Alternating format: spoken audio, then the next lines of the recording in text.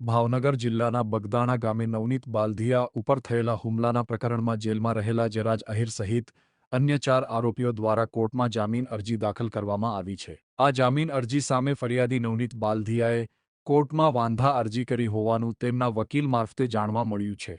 ફરિયાદી પક્ષે દલીલ કરી છે કે જો આરોપીઓને જામીન આપવામાં આવશે તો તેઓ હાઈકોર્ટમાં પડકાર આપવાની તૈયારી ધરાવે છે। આ કેસની ગંભીરતા ધ્યાનમાં રાખી એસઆઈટી દ્વારા પણ કોર્ટમાં સોગંદનામું રજૂ કરી દેવામાં આવ્યું છે। બંને પક્ષોના વકીલોએ દલીલો કરી છે। જોકે કોર્ટ દ્વારા હાલ જામીન અરજી અંગે કોઈ અંતિમ નિર્ણય લેવામાં આવ્યો નથી અને સમગ્ર મામલો આવતીકાલ ઉપર રાખવામાં આવ્યો છે। આવતીકાલે કોર્ટ દ્વારા આરોપીઓની જામીન અરજી બાબતે મહત્વપૂર્ણ નિર્ણય લેવામાં આવશે, જેને લઈ સ્થાનિક સ્તરે ભારે ચર્ચા જાગી છે।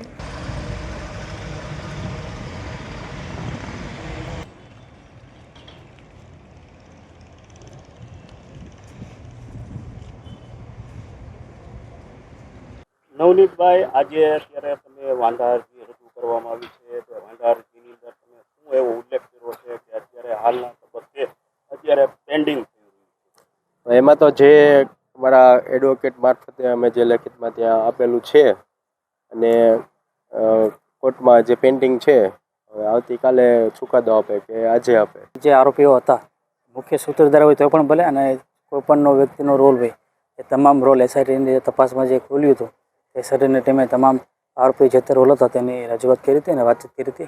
અને અમે પણ જે કંઈ આરોપીનો જે રોલ હતો, જે જામીન અરજી મૂકી હતી, એના રોલને જોઈને માન્ય સુપ્રીમ કોર્ટ અને હાઈકોર્ટના જજમેન્ટ મૂક્યા હતા।